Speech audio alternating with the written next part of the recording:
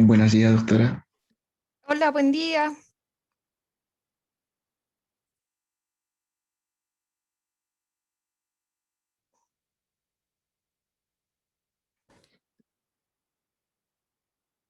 Ayer comenzaban los exámenes. ¿Ya les toca a ustedes?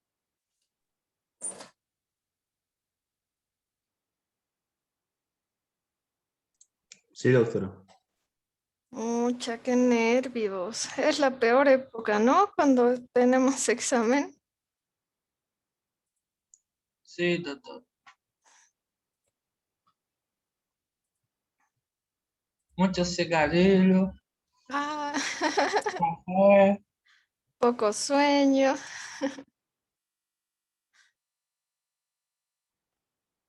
Ay, qué horror, chicos. Ya, comencemos. ¿Qué les parece? Desde la clase anterior que el contenido se ha puesto un poco más complejo, no sé si han notado. Para el final se pone más complejo cada vez. Entonces, como consejo, les sugiero revisar el material como siempre. Entonces, como todas las clases, los invito a colocar sus nombres completos y matrículas en el chat para considerar sus asistencias y también los invito a activar sus cámaras para acompañarme como tan amablemente Alessio lo ha hecho. ¿Qué más? En la clase de hoy nos toca hablar sobre carpeta familiar.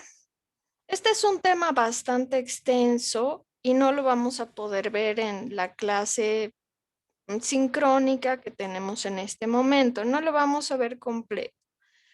Entonces voy a resaltar solamente algunos conceptos de la carpeta familiar. Antes de resaltar estos conceptos, quisiera preguntarles, ¿cuál es el concepto de familia? ¿Quién me puede decir?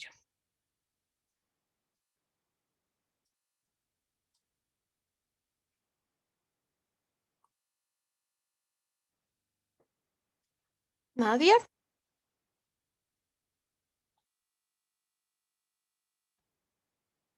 Es un grupo de personas de por lo menos dos personas que comparten vínculos. Muy bien, Alessio. Entonces, Alessio nos dice que una familia es un grupo de por lo menos dos personas que van a compartir vínculos. Perfecto. Ahora, esta familia, además de compartir vínculos, es importante saber que también comparten un modo de existencia común. ¿A qué me refiero con esto?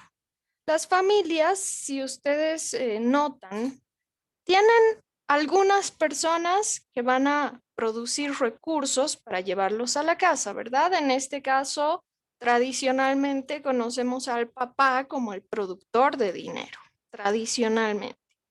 Ahora sabemos que tanto hombre como mujer producen dinero para satisfacer las necesidades, pero satisfacen necesidades de todo el grupo familiar. Esto es importante.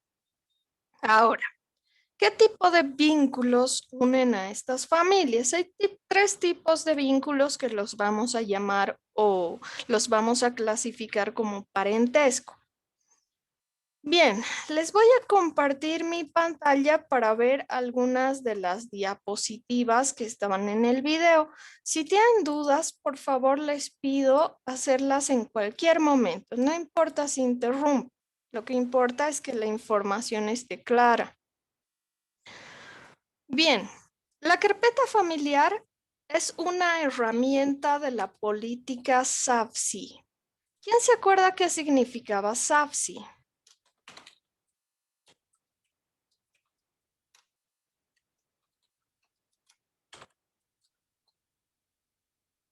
¿No saben?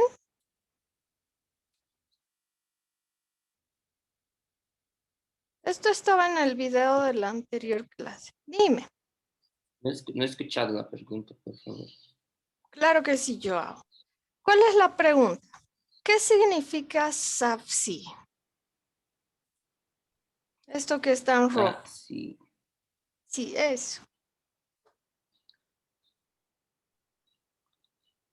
si me acuerdo perfectamente, sería sistema de... no me acuerdo la sigla ahorita. Salud, Dinos, Carolina. salud familiar, comunitaria, intercultural. Perfecto, Carolina. Muchas gracias. Entonces, como Carolina nos dice y como Joao nos recuerda bien, no importa. Lo que importa es que estamos aquí para aprender. SAFSI significa, a ver, vamos a disminuir el tamaño aquí. Salud familiar, comunitaria, intercultural. Esto se explica en el video de la anterior semana, ¿verdad? No lo hemos visto en la clase sincrónica porque el contenido era extenso. Pero en el video de la anterior semana hablamos de los sistemas de salud en general y hablamos del sistema de salud de Bolivia. En el sistema de salud de Bolivia les explico en el video que tenemos el SUS y que el SUS como brazo operativo tiene esta política SAFSI. ¿A qué me refiero como brazo operativo?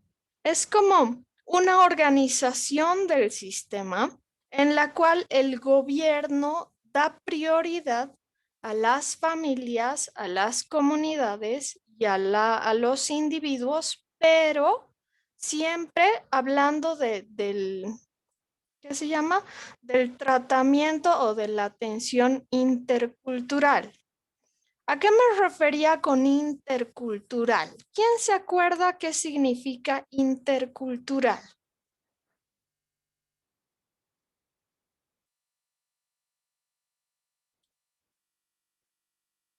Sería una mezcla, doctora, de varias culturas. Más o menos, Laís. Bueno, como nos dice Laís, tiene toda la razón. Lo intercultural es como una mezcla de varias culturas. Pero, ¿qué sucede en el sistema de salud de Bolivia? Lo que sucede es que el gobierno boliviano actual, desde hace 14 años atrás, desde que estaba Evo Morales en el gobierno, está tratando de rescatar todo esto que es tradicional. Y en Bolivia hay más de 30 culturas diferentes. ¿Qué pasa con cada cultura? Tiene su propia forma de organización, tiene su propia forma de justicia, de salud, de educación. Y el gobierno de Evo Morales quería rescatar eso. Entonces, por eso se han inventado la política SAFSI. ¿Para qué? Para que nosotros como médicos tradicionales perdón, para que nosotros como médicos científicos trabajemos en coordinación con los médicos tradicionales. Entonces, si yo como médico científico trabajo con los médicos tradicionales de aquí, del lugar donde yo estoy viviendo, me voy a encontrar con una cultura completamente diferente en la cual los ciudadanos que confíen en ese médico tradicional también van a ser beneficiados con mi atención. Eso es lo importante. Ahora, hay una diferencia entre intercultural e intracultural. Ambos son preguntas de examen y les voy a dejar en la incógnita para que ustedes puedan revisar qué significa esto. De todas maneras, en el video de la anterior semana se explica todo esto con detalle y se explican más cosas de la política SAFSI. ¿Tienen alguna duda hasta acá, muchachos? No, doctor, está bien. Gracias, Joao. Entonces, la carpeta familiar, ¿qué es? Nuevamente, es una herramienta de la política SAFSI para obtener información de los individuos, de las familias y de las comunidades. ¿Qué voy a hacer con toda esta información? Pues el gobierno va a generar una serie de programas, de estrategias para protegernos a todos nosotros. Bien. Entre la familia, que ya sabemos que es una familia, hay ciertas características que nos van a ayudar a reconocerlas. ¿Cuáles son estas familias? Están unidas por vínculos, como nos decía Alessio, ¿verdad? Estos vínculos son el parentesco que esa familia va a tener, lo vamos a ver más adelante.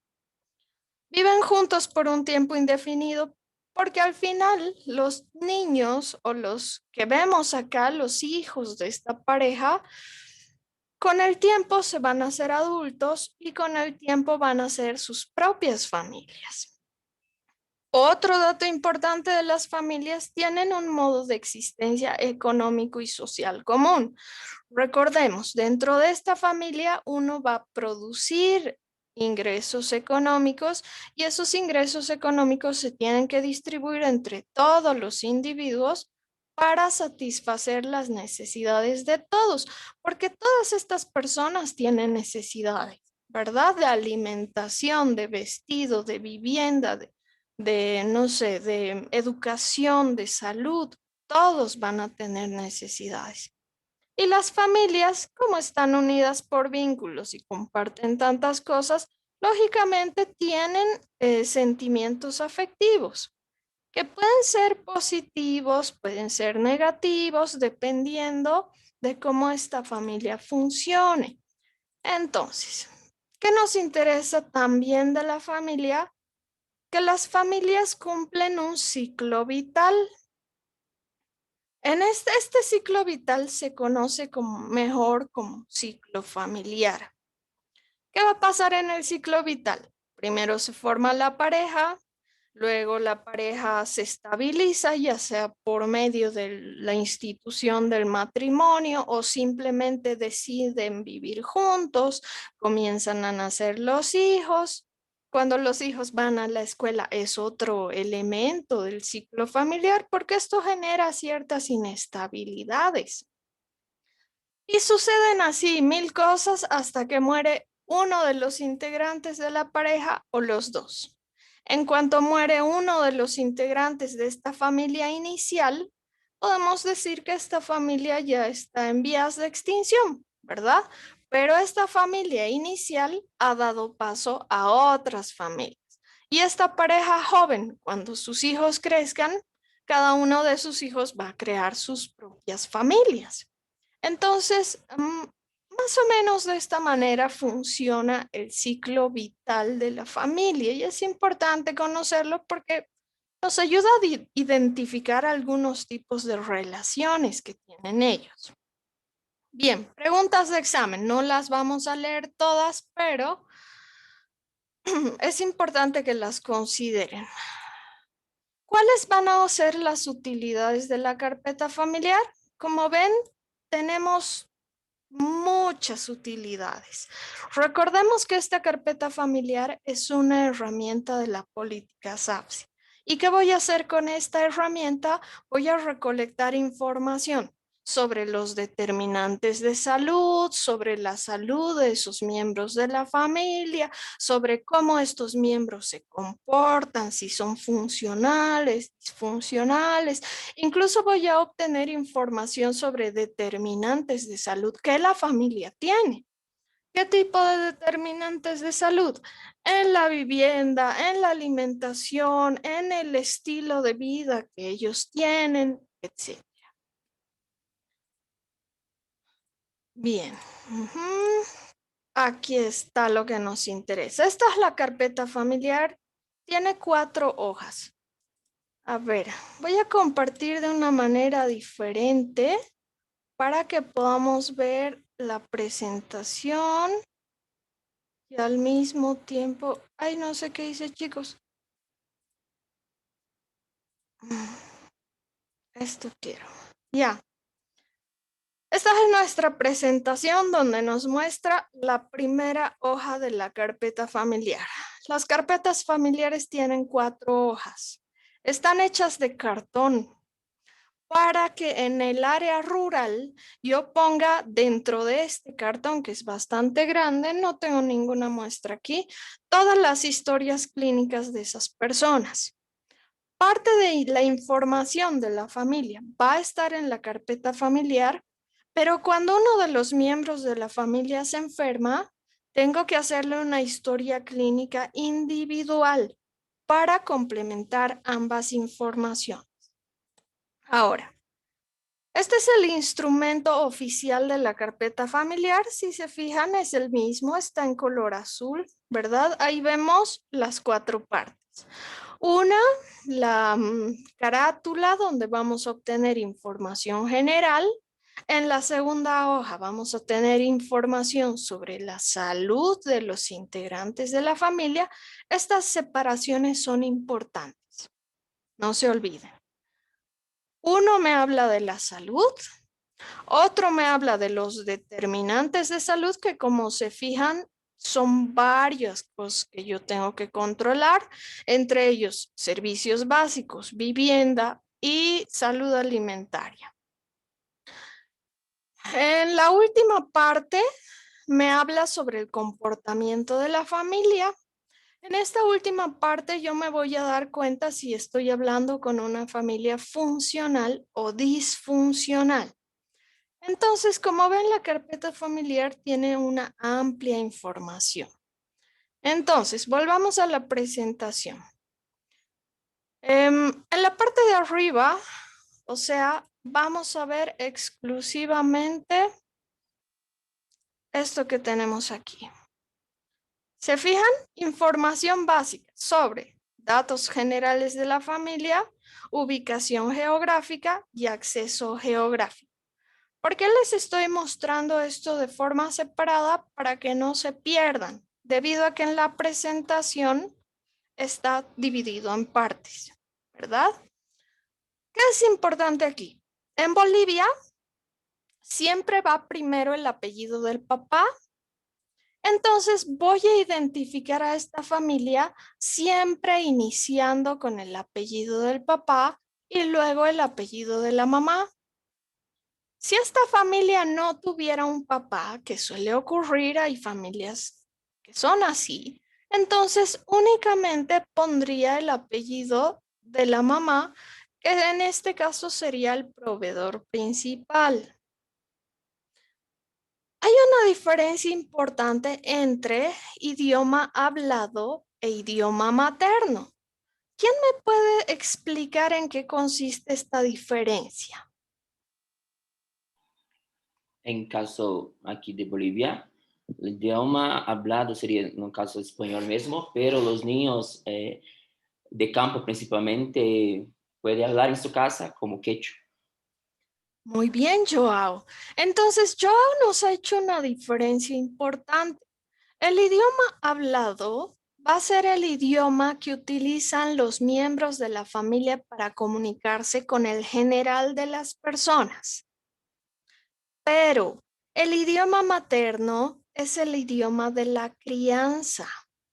Entonces, Joao nos dice, las familias, los niños van a hablar quechua. ¿Por qué? Porque ellos suelen ser criados con el idioma de la cultura con la cual se identifican. Y esa cultura con la cual se identifican es el idioma que utilizan generalmente en sus casas, porque se crían con ese idioma. Pero estos niños también, para lograr comunicarse con otras personas que no hablan quechua, utilizan el idioma español, o sea, es el idioma con el que se comunican. En el caso de los estudiantes de Brasil, por ejemplo, el idioma hablado que utilizan estos estudiantes es el español o, en el peor de los casos, es el portuñol, ¿verdad? Porque necesitan comunicarse con la gente de acá, con los docentes, con los administrativos. Pero ¿cuál es el idioma de la crianza?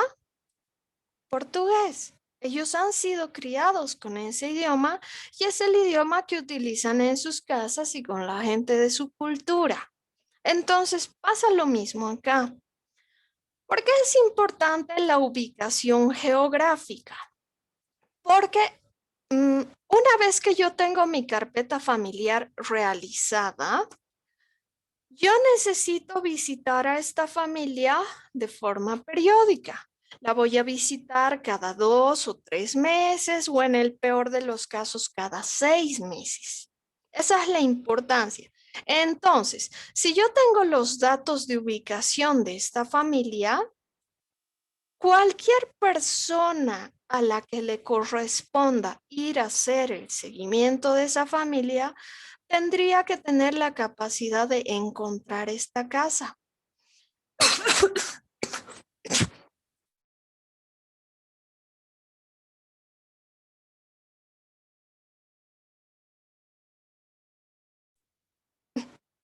Perdón, muchachos. Entonces, hemos dicho que cualquier persona tendría que volver a esa casa a hacer el seguimiento.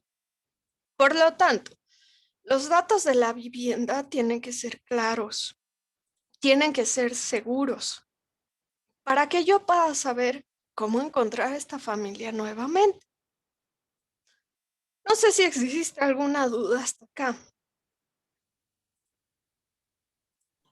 No, doctor, está bien. Gracias, Joao.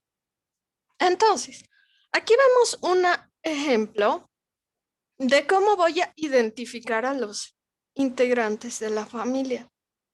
Es un ejemplo. Datos importantes. En el número 1, siempre tengo que colocar al proveedor principal. Siempre.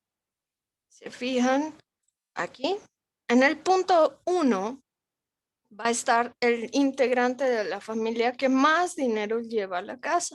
No se olviden que esto es importante para que todos puedan tener ese estilo de vida o esa satisfacción de sus necesidades. Y en el resto de los números voy a ir identificando a los miembros de la familia en orden.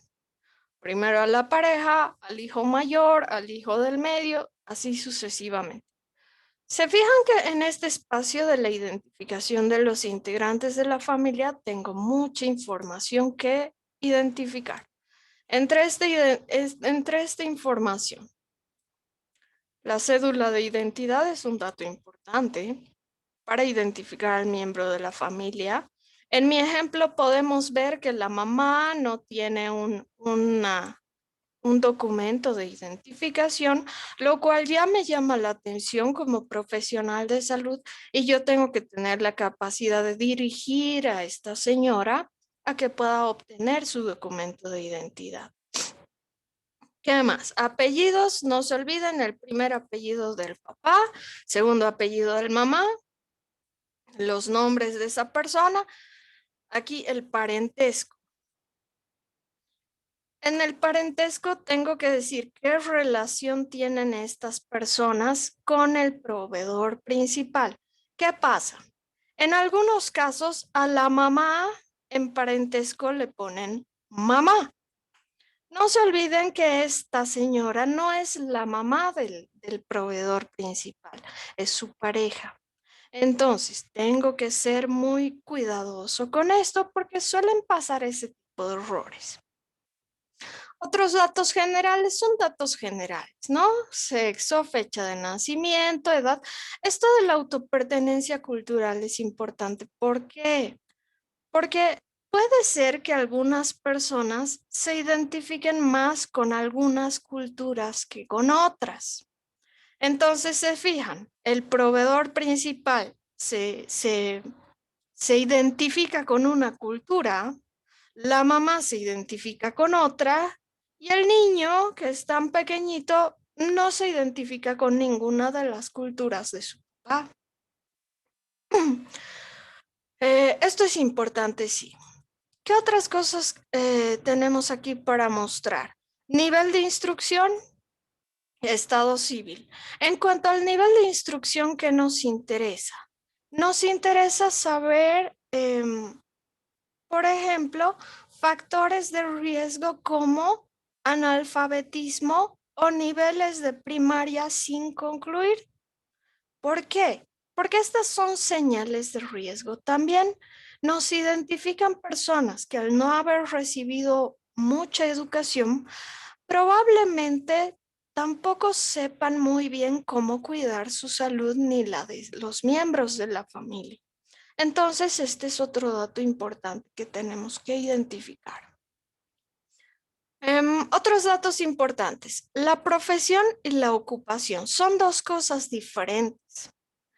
Puede ser que algunos de los miembros de la familia hayan concluido algún grado universitario o técnico, lo cual sería una profesión, ¿verdad? Pero, ¿por qué se lo diferencia de la ocupación? Porque no todas las personas siguen cumpliendo ese grado universitario o técnico que han logrado. Por ejemplo, en nuestro ejemplo vemos que el señor Fausto es abogado, pero en realidad cumple otro trabajo diferente al de su profesión. Otra cosa importante aquí, las amas de casa o las personas que se dedican a cuidar la casa, a cocinar, a limpiar, a barrer, también se conocen como ocupación. ¿Por qué? Porque están aportando a la familia. ¿Cómo aportan? Gracias a la comida que hacen, gracias al cuidado de los hijos, gracias a la organización y la higiene de la casa. De esa manera aportan. Entonces es importante conocer este detalle. Y finalmente, si esta persona contribuye al sustento familiar. De esta manera, podemos ver que el señor Fausto y la señora Dionisia, ambos, contribuyen al sustento familiar. Recordemos, el señor contribuye con su trabajo llevando dinero a la casa y la señora contribuye organizando la casa con su función de ama, ¿verdad? Pero ¿qué pasa con el niño? NC significa no corresponde, por si acaso. Entonces, el pequeño que tiene 15 años no corresponde que contribuya al sustento familiar porque aún está en edad de formación. Aún él debe concluir sus estudios escolares para luego, cuando sea adulto y sea mayor de edad, ya vea la forma de contribuir. ¿Alguna duda hasta acá, muchachos?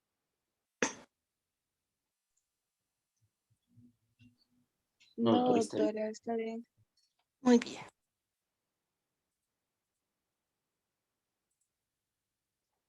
Estos son los parentescos que puede tener una familia. Son preguntas de examen.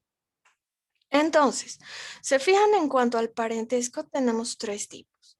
Consanguíneo, cuando estas personas comparten una carga genética. Unos son descendientes de otros, o sea, mi mamá, mi hermano, mi abuelo, ¿verdad? Compartimos carga genética. Puede haber otro parentesco por matrimonio o afinidad, en el cual uno de los miembros de la familia está vinculado con la familia de la pareja. Ejemplo, este trabajador está vinculado con los padres de su pareja o está vinculado con los hermanos de su pareja, ¿verdad? Este es vínculo por afinidad.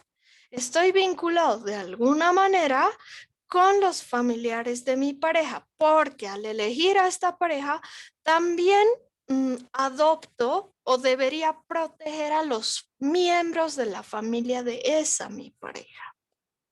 Bien, el vínculo por adopción, ¿qué sería? Sería, como dice su nombre, adoptar o proteger a un miembro que no tiene que ver con mi familia. No tiene nada que ver, no comparte vínculos consanguíneos, no comparte vínculos por afinidad, pero yo decido protegerlo. ¿Por qué? Porque no sé, porque me parece bien o porque está en problemas, yo qué sé. Las familias tienen diferentes capacidades para tomar sus decisiones. Entonces, en el vínculo por adopción funciona de esa manera. ¿Qué otras cosas importantes tenemos aquí? En cuanto a la salud de los integrantes de la familia, nosotros vamos a ver, les voy a compartir, aquí está. En la segunda hoja, la salud de los integrantes de la familia. Aquí, ¿Se fijan? Tengo grupo 1, grupo 2, grupo 3, grupo 4. La salud de estos miembros de la familia los voy a dividir en 4 grupos para saber el riesgo a la salud que corre cada uno de sus integrantes. ¿Se fijan? Siguen habiendo los números del 1 al 10. Por lo tanto, en este espacio yo tengo que ser capaz de anotar los mismos integrantes de la familia en el mismo orden. Entonces, a partir de la hoja anterior, voy a respetar ese orden en el resto de la carpeta familiar. Ahora, en cuanto a aparentemente sano, ojo con esto, cuando yo hablo de que alguien está aparentemente sano, vamos a hacer un cuadradito aquí. Me refiero a que esta persona no tiene ni siquiera factores de riesgo. No tiene. O sea, una persona aparentemente sana sería una persona que hace actividad física, que se alimenta correctamente, que no fuma, que no bebe, que no consume cosas que no tiene que consumir. Muy raro, ¿verdad? Muy raro. Hasta los niños de hoy suelen caer en el sedentarismo por la tecnología.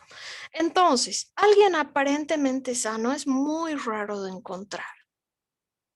¿Qué otra cosa? En el grupo número 2 están las personas que van a tener factores de riesgo.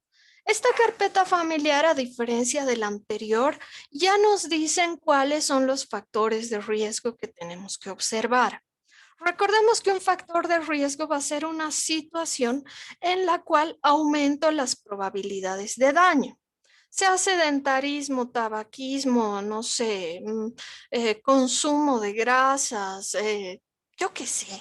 Hay tantos factores de riesgo, entonces tengo que irlos marcando por cada miembro de la familia, pero ojo con esto. En el grupo número 2 de factores de riesgo se identifican 2 cosas. Factores de riesgo en sí,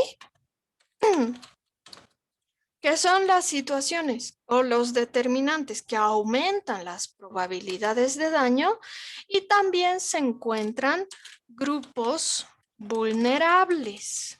¿Por qué les estoy hablando de esto? Porque les voy a poner preguntas trampa acá. ¿Quiénes serían grupos vulnerables? Aquí están marcaditos. Menores de 5 años, embarazadas y mayores de 60. ¿Por qué estos son grupos vulnerables? Porque tienen más riesgo de sufrir algún daño a su salud. Si yo identificara otro factor de riesgo acá, que no está entre la lista que me han dado, tengo la capacidad de anotarlo en ese espacio que ven, siempre respetando los números de cada miembro de la familia. En el grupo 3, si se fijan, nos habla de las enfermedades. Caramba. Entonces, en cuanto a las enfermedades, ¿qué me interesa? Si se fijan, estos grupos de enfermedades se dividen en 2. Enfermedades transmisibles y crónicas no transmisibles. ¿Cuál es la clave aquí? Estas enfermedades transmisibles que estoy pintando son enfermedades transmisibles que provocan riesgo de muerte o discapacidad. Esto es súper importante y es pregunta de examen. Entonces, ¿qué enfermedades transmisibles me interesan? Solo las que provocan riesgo de muerte o discapacidad. Si estoy hablando de un resfrío, si estoy hablando de una infección, no sé, una infección gastrointestinal simple o cualquier cosa, no me interesan esas enfermedades. ¿Dónde las voy a poner? En la historia clínica. Cuidado con las preguntas trampa. ¿Dónde voy a poner la información de enfermedades transmisibles pasajeras? en la historia clínica. ¿Dónde voy a poner información sobre enfermedades transmisibles con riesgo de muerte o discapacidad? En la carpeta familiar. Si se fijan, entre estas enfermedades que nos muestra la carpeta familiar, hay enfermedades serias. Tuberculosis, infecciones de transmisión sexual, malaria, lepra, leishmaniasis, chagas, hepatitis B o C, etc.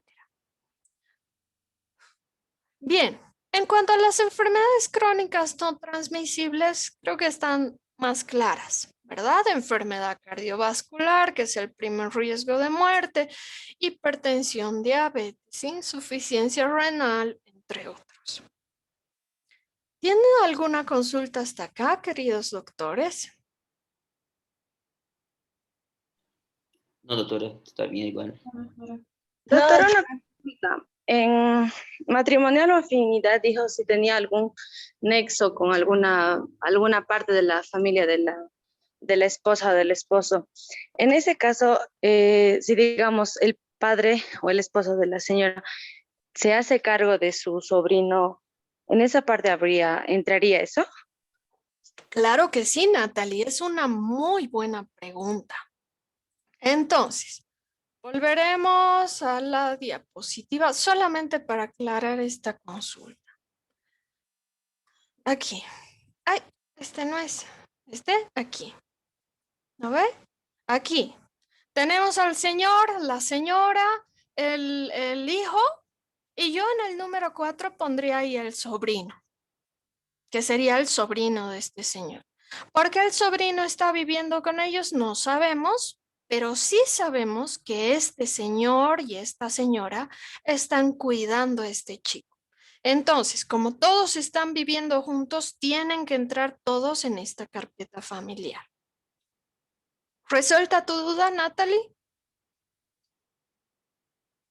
Sí, doctora, gracias. Mucho gusto. ¿Alguna otra consulta más? Aquí puede haber otra pregunta trampa que no me han consultado. A veces en una casa viven 3 o 4 familias, a veces. ¿Qué sucede en este caso? Tengo que hacer una carpeta familiar por cada familia, no por casa.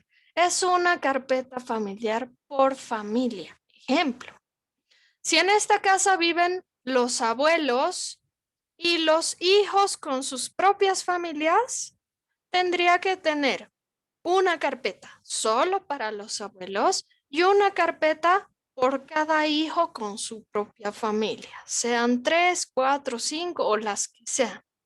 Entonces, va a pasar cuando ustedes estén haciendo su trabajo de campo, cuando ustedes estén haciendo su internado, que alguna vez los manden a hacer carpetas familiares. No se olviden de este detalle. Tengo que tener una carpeta familiar por cada familia. Bien, volviendo a nuestra carpeta familiar. En el grupo 4, ¿se fijan? Ahí yo voy a identificar si esta persona sufre de alguna discapacidad. Entonces tengo que marcar en los espacios lo que corresponda, ¿verdad? En cuanto a discapacidad, se fijan, incluso esta carpeta familiar nos identifica el tipo de la discapacidad y, el tipo de la discapacidad que tienen estas personas y además si tiene carnet. Aquí, si esta persona con discapacidad tiene carnet y en qué grupo de discapacidad se encuentra. ¿Se fijan en la parte de abajo? En la parte de abajo me identifica qué grado de discapacidad tiene. Si es leve, moderada, grave o muy grave. ¿Cómo voy a identificar estos grados de discapacidad? De acuerdo a la independencia que va a tener esta persona. Les voy a mostrar ahorita. Finalmente, y súper importante, me gusta poner trampas en los exámenes con esto. Al final de recolectar toda esta información, yo tengo que ser capaz de clasificar a estas personas según el grupo de riesgo a la salud. Entonces, no se olviden, grado 1 es una persona aparentemente sana. ¿A quién voy a llamar aparentemente sano? A alguien que ni siquiera tiene factores de riesgo. Grupo 2 va a ser una persona que tiene alguna enfermedad crónica transmisible, crónica no transmisible o transmisible con riesgo de muerte o discapacidad. Grupo 3 va a ser una persona, no me estoy equivocando, ¿no ve? ¿Cuál sería el grupo 2, chicos?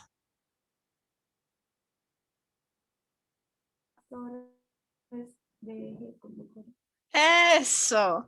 Grupo 2 sería una persona que tiene factores de riesgo. Gracias. Grupo 3 sería una persona que tiene esas enfermedades que hemos mencionado. Grupo 4 sería una persona que tiene algún nivel de discapacidad. ¿Cuándo voy a poner sin clasificar? Cuando no he podido conversar con esa persona. Lo que quiere decir que si yo no la encuentro a esta persona en esta visita, en la siguiente alguien tiene que actualizar esta información. Toda la información se actualiza constantemente. ¿Qué más? Aquí. ¿Cuál es la forma entonces de llenar estos datos? Únicamente en estos datos voy a poner X, ¿verdad? X a todo lo que corresponda. Una vez que tenga todas las X en los lugares que corresponda, ya va a ser más fácil para mí clasificar dentro de esos grupos de riesgo que acabamos de mencionar. Preguntas de examen. En cuanto a los grados de discapacidad, hemos dicho que la carpeta familiar nos identifica 4 grados. Leve, moderado, grave, muy grave.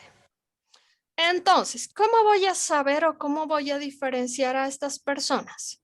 Todas estas personas tienen presencia de signos, síntomas o secuelas que identifiquen su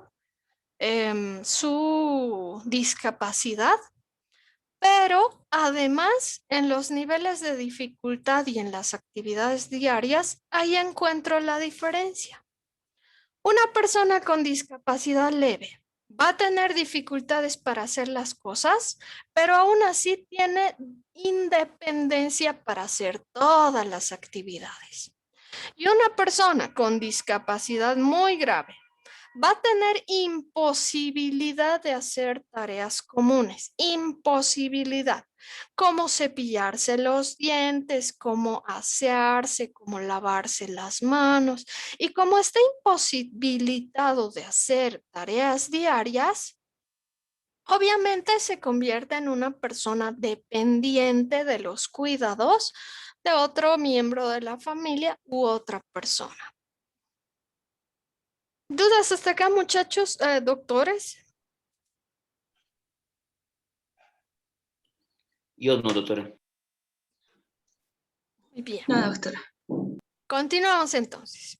Creo que estamos yendo muy rápido, pero me gustaría ver lo máximo posible antes que sea ahora. Bien. ¿Se acuerdan que la anterior semana hablábamos del sistema de salud? ¿Se acuerdan que decíamos que en Bolivia existen subsectores? Aquí podemos ver en la misma carpeta familiar los subsectores. Y podemos ver también que es importante dentro de la carpeta familiar especificar a qué subsector pertenece esta persona. O sea, a cuál de los sectores del sistema de salud esta persona tiene acceso o debería recibir atención. Otra cosa importante, ¿se fijan aquí? Aquí. ¿A qué subsector pertenece? Le voy a poner la letra que corresponda. Segunda pregunta, y es pregunta importante. Acude al subsector que le corresponde. No todas las personas van al servicio que les corresponde. Ejemplo. Yo como trabajador puedo pertenecer a la seguridad social porque mi empleador me da este beneficio. Pero ¿qué sucede en realidad? En realidad sucede que yo no voy a mi subsector y prefiero ir a la iglesia, porque en la iglesia me dan una mejor atención. Digamos, es un ejemplo. Entonces, este dato es súper importante. Y finalmente, ¿a qué subsector asiste? Solamente cuando la persona no asista donde le corresponde, ¿no ves? Solo cuando no asista. ¿Qué otra cosa es importante? No vamos a entrar en detalles de esto, pero sabemos que el gobierno boliviano tiene programas para luchar contra la pobreza y disminuir algunas inequidades en el territorio. Entonces, este es un resumen de cada uno de esos programas sociales que hay. No es necesario que los conozcan todos, pero sí me gustaría que les den alguna revisión porque en el futuro, cuando ustedes estén en su internado, esta información les va a servir. Bien, otros datos importantes. No se olviden que la política SAFSI habla de la salud familiar, comunitaria, intercultural. Entonces a la política SAFSI le interesa mucho saber si estas personas recurren a la medicina tradicional, porque esa medicina tradicional es parte de sus culturas. Ahora, ¿cómo reconozco a la medicina tradicional? Porque estos médicos utilizan ceremonias, hierbas, animales, vegetales para poder resolver necesidades de salud de la población. Entonces, 3 datos importantes que tengo ahí. Si esta persona acude a la medicina tradicional, ¿a cuál de estos médicos tradicionales ¿qué se llama? Acude? Porque no es lo mismo la forma de tratamiento de uno de estos que la forma de tratamiento de otros. Y finalmente, ¿dónde ha sido atendido? Esto es importante, ¿por qué? Porque en los hospitales de Bolivia, por ley, tiene que tener un médico tradicional trabajando de la mano con los médicos científicos por ley. Entonces, si ustedes van a hospitales públicos o si van a hospitales que pertenecen a la seguridad social, ahí se van a encontrar un médico tradicional dentro del hospital trabajando con los médicos científicos. Datos de defunción, ojo con esto, ¿por qué? Porque los datos de defunción se anotan solamente si este miembro de la familia ha fallecido después de iniciar la carpeta familiar. O sea, ¿a qué me refiero? Digamos, yo voy con mi carpeta familiar a conocer una familia y lleno los datos de esa familia. Si estas personas me dicen que este miembro de la familia ha fallecido hace 5 años atrás o ha fallecido el anterior año, es un dato que no me interesa. Solo me interesan los datos de defunción desde la gestión de inicio. O sea, si yo voy hoy, solo me interesarían los datos de defunción del 2021, desde el 1 de enero de 2021. Dato importante. El croquis de ubicación de la vivienda. Un croquis es un pequeño mapa, ¿verdad? Entonces, este croquis de ubicación de la vivienda también nos va a mostrar, a ver, ¿qué les puedo decir? También nos va a mostrar cómo nosotros podemos llegar a esa casa con facilidad. No se olviden que las carpetas familiares tienen que actualizarse cada cierto tiempo, cada 2, 3, 4, 5, 6 meses. Entonces, como yo tengo que hacer visitas permanentes a estas personas, necesito un mapa que me ayude al llegar a esa casa si es que necesitara hacerle seguimiento. Bien. Vamos a volver aquí. Ya sabemos de la salud de los integrantes, ¿verdad? En la siguiente hoja, aquí se fijan, está el croquis, la defunción, la medicina, los beneficiarios, todo está ahí. En la tercera hoja hablamos de los determinantes de salud. No nos vamos a detener mucho tiempo aquí, pero sí quiero mostrarles algunas cosas.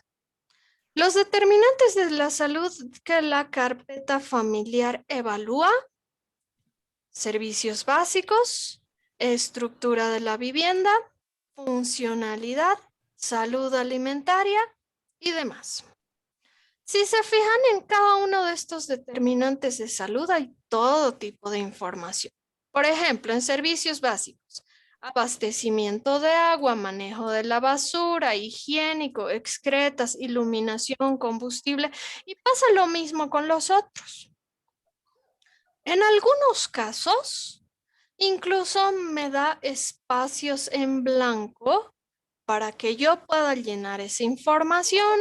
En algunos de los casos me pide que yo haga las divisiones y obtenga índices.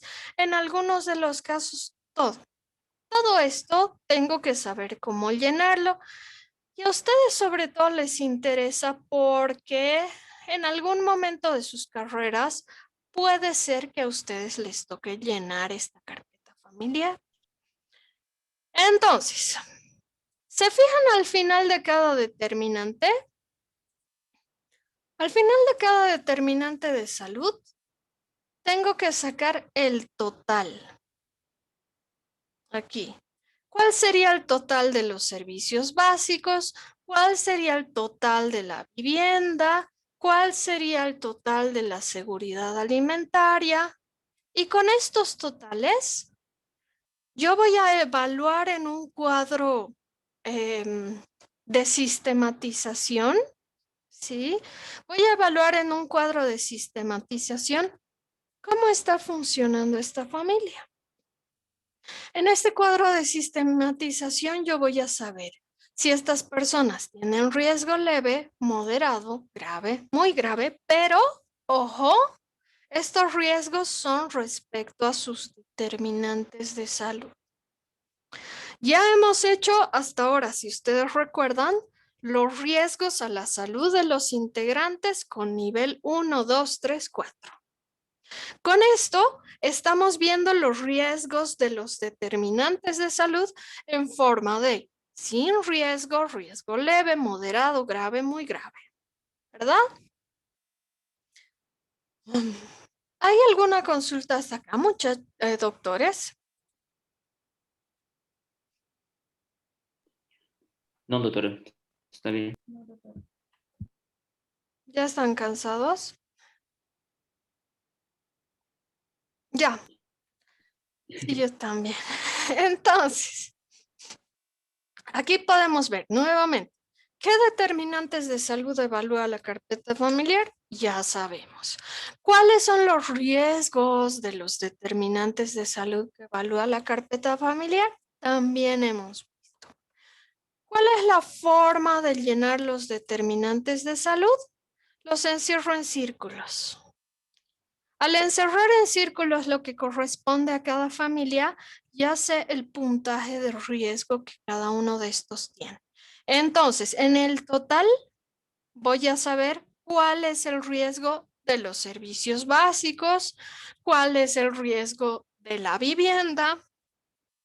Aquí, por ejemplo, en vivienda hay algo interesante. ¿Se fijan esto? Estos son datos en blanco que tengo que llenar en forma de números. Aquí, ¿cómo voy a identificar estos números que voy a poner? Simple. En las instrucciones me dice, ¿verdad? Voy a poner 1 cuando haya ausencia y 5 cuando haya presencia. O sea, cuando esta familia esté viviendo cerca de un corral, cerca de un basural. ¿Qué nos muestra esto? Mientras mayor el puntaje, mayor el riesgo. Eso nos muestra. ¿Qué otra cosa? En la funcionalidad de la vivienda y la salud alimentaria, lo mismo. Van a haber algunos con números que voy a encerrar para sacar los totales y van a haber otros blancos que voy a tener que llenar, dependiendo de la presencia o de la ausencia. En este caso me dice no, vale 0, sí, vale 1 y voy a tener que ir sumando todo esto hasta obtener los riesgos generales. Una vez más, cuando yo tenga los resultados de los riesgos de cada determinante de salud, en ese caso voy a anotar los puntajes y me voy a dar cuenta que en este caso especial, en el caso de nuestro ejemplo, esta familia tiene un riesgo moderado. ¿Qué más? Hay otro tipo de determinantes de salud que me ayudan a identificar también ciertos aspectos del estilo de vida de estas personas. Esto me interesa más, el comportamiento familiar. Volvamos a nuestra herramienta. Entonces, la última hoja, la del comportamiento familiar. ¿Qué voy a ver aquí? Voy a ver, ¿cómo lo dibujo? Aquí. Datos sobre la familia y la evolución familiar. Voy a ver datos sobre el familiograma. Esto es importante porque acá nosotros tenemos que dibujar a esta familia. Y en la parte de abajo, aquí. En la parte de abajo voy a tener los resultados de la evaluación. Finalmente voy a obtener los resultados de toda esta evaluación, la forma de ayuda y el riesgo de esta familia. Entonces, ¿cómo se hace esto? Volvamos a nuestras diapositivas. Creo que está más claro aquí. Entonces, en cuanto al comportamiento familiar, tengo que identificar la estructura y las etapas del ciclo vital familiar. Hablando de la estructura, 3 tipos de estructuras: nuclear, extensa, ampliada. Esto se explica en el video. No sé si alguien tiene alguna consulta del video respecto a esto. No. En las etapas del ciclo familiar, aquí nos habla. Etapas de formación, extensión, contracción, disolución. Aquí está el contenido teórico para que yo sepa cuándo es de contracción, cuándo es de formación, cuándo es de qué.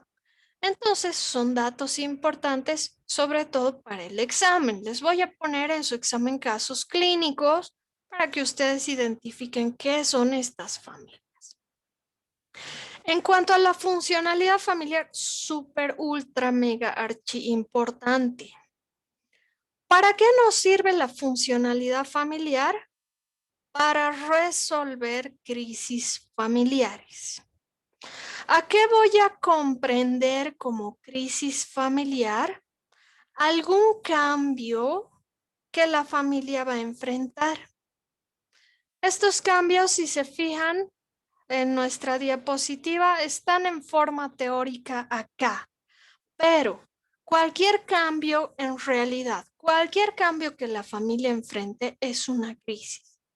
Desde cambios comunes, como que mi primer hijo comience a ir al kinder, ya es una crisis fisiológica de la familia.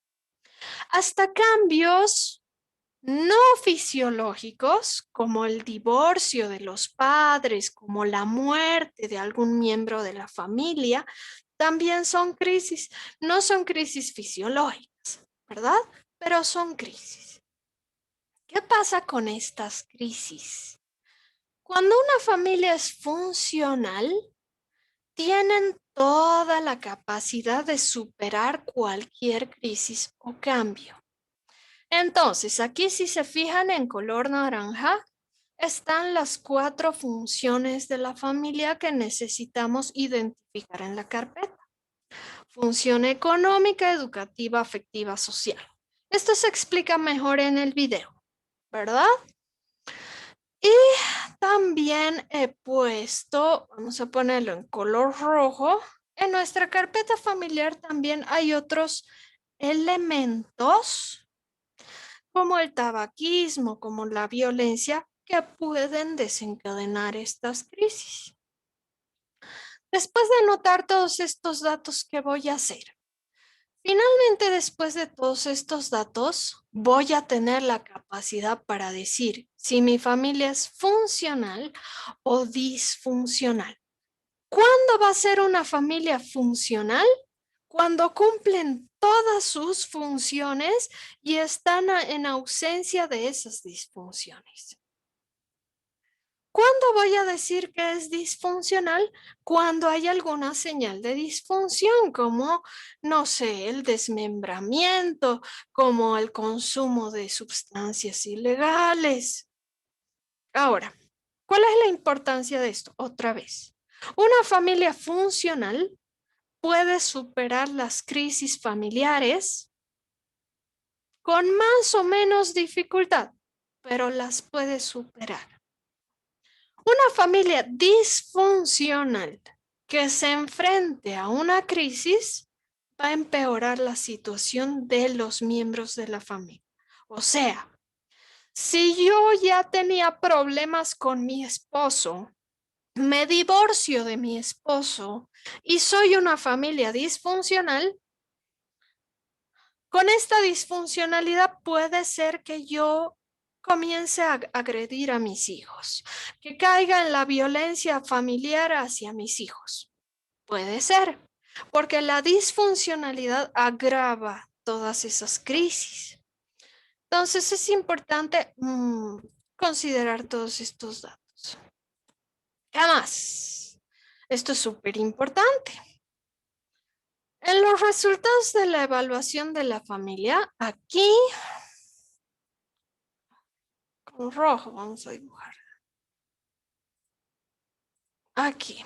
En los resultados de la evaluación de la familia, ya voy a marcar con X si estas personas tienen problemas en sus determinantes de salud, en la salud de los integrantes o en el funcionamiento familiar. Antes hemos dicho si en sus determinantes de salud es nivel 1, nivel 2, 3, 4, ¿verdad?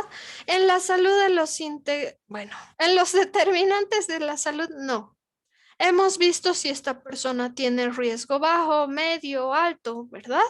En la salud de los integrantes hemos visto nivel 1, 2, 3, 4. En el funcionamiento familiar hemos visto si esta familia es funcional o disfuncional. Entonces, si yo identifico alguna de estas cosas, tengo que marcarlas aquí. ¿Para qué me ayuda todo esto? Para que yo tenga la capacidad de sugerirle a estas familias formas de ayuda. En cuanto a las formas de ayuda, ¿qué sucede? Vamos a volver acá, a la presentación. En cuanto a las formas de ayuda, ¿qué sucede? Tengo 3 formas de ayuda: educativa, terapéutica, comunitaria.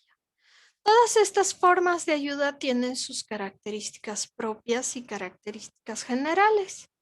Entonces necesito saber cuándo les voy a sugerir una o más de estas formas de ayuda. Finalmente, en la evaluación del riesgo familiar, gracias a toda esta tablita y gracias a la información que yo he recolectado, voy a saber la evaluación general también de toda esta familia. Si esta familia tiene un riesgo bajo, riesgo medio o un riesgo alto. Para terminar, el familiograma. El familiograma es una representación gráfica de la familia. El familiograma tiene todas estas funciones que tengo aquí, que son preguntas de examen. Me ayudan a saber cómo está compuesta mi familia, me ayuda a saber qué tipo de relaciones o parentesco tienen entre ellos, me ayuda a que la familia tenga más confianza conmigo al darme toda esa información, etc. ¿Qué más? Símbolos del familiograma. Creo que esto ven en bioestadística, biofísica. De todas maneras, aquí tienen una guía, ¿verdad? En el documento de la carpeta familiar está muy explicado. En el video que les he subido también explico esto con detalle. Entonces no nos vamos a detener en explicar cada uno. Y mis familiogramas pueden ser distintos. Me pueden mostrar cosas como distintas generaciones. Aquí, a ver, aquí veo abuelos, veo padres, veo hijos, veo nietos, ¿verdad? En este caso veo 4 generaciones. En este otro ejemplo del familiograma veo lo que nos preguntaba Mariela. Veo que esta familia con 2 hijos, además está cuidando al sobrino. ¿Y qué pasa con los padres del sobrino? Ellos se fijan que están en líneas punteadas.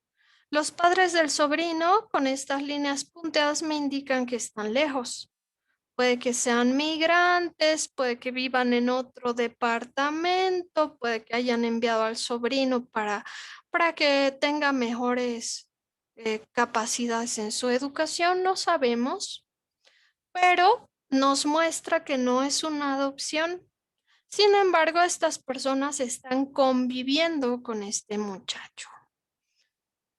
Entonces, todo eso hay que anotar en el familiograma, todo eso. Y eso es todo, muchachos. No sé si tienen alguna consulta.